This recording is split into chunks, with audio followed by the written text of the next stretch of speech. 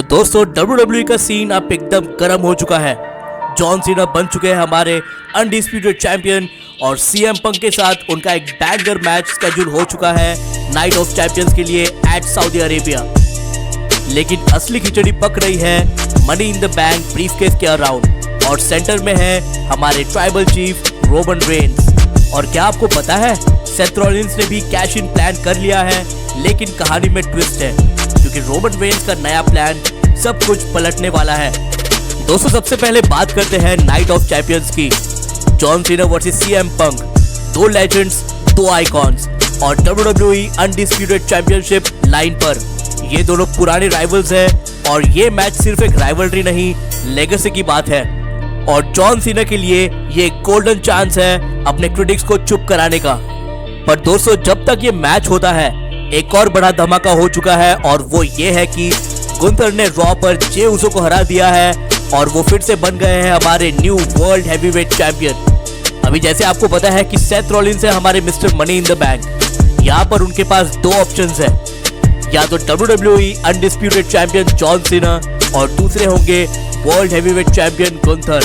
तो मेरे हिसाब से दोस्तों सेथ रॉलिंस प्लान कर रहे हैं अपना कैश इन करने के लिए ऑन जॉन सीना, क्योंकि उनका चैंपियनशिप जो है वो काफी प्रेस्टिजियस है और सेथ रॉलिंस जॉन सीना को ही टारगेट करना पसंद करेंगे क्योंकि वो गुंथर से एक ज्यादा बड़े स्टार है और एक बड़ी लेगेसी है जॉन सीना के पीछे।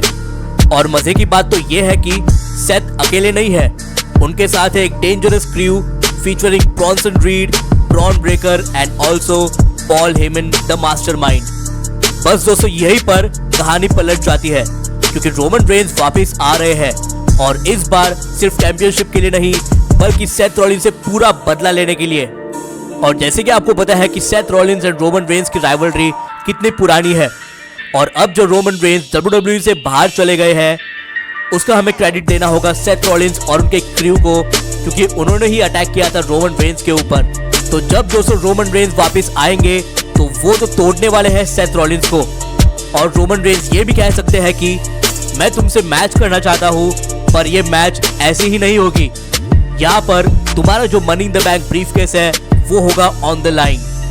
एंड समहाउ सेथ रॉलिंस को प्रूव करना है कि वो बेटर है रोमन रेंस से, इसलिए वो चैलेंज एक्सेप्ट कर सकते हैं क्योंकि उनके पास ओवर कॉन्फिडेंस होगा, क्योंकि उनके पास है Bron Breakker and Bronson read और रोमन रेंस फिलहाल अकेले हैं। तो वो ओवर कॉन्फिडेंस में अपना money in the bank briefcase on the line रख सकते हैं इन दोनों की मैच में।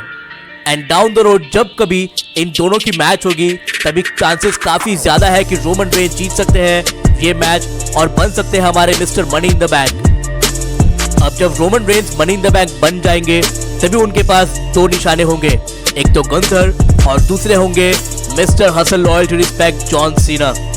और जैसे कि आपको पता है कि सऊदी में होने वाला है नाइट ऑफ चैंपियंस, तो वहां पर नहीं तो eight summer slam John Cena की जो भी मैच होगी उस मैच में रोमन रेंस अपना कैश इन कर सकते हैं जॉन सीना के मैच के दौरान या जॉन सीना के मैच जीतने के बाद। और फिर हमें एक शॉर्ट वाइल में रोमन रेंस देते हुए दिख सकते हैं एक तगड़ी सुपरमैन पंच एंड तगड़ा स्पीयर। और फिर दोस्तों रोमन रेंस जॉन सीना को पिन करके बन जाएंगे undisputed WWE champion once again.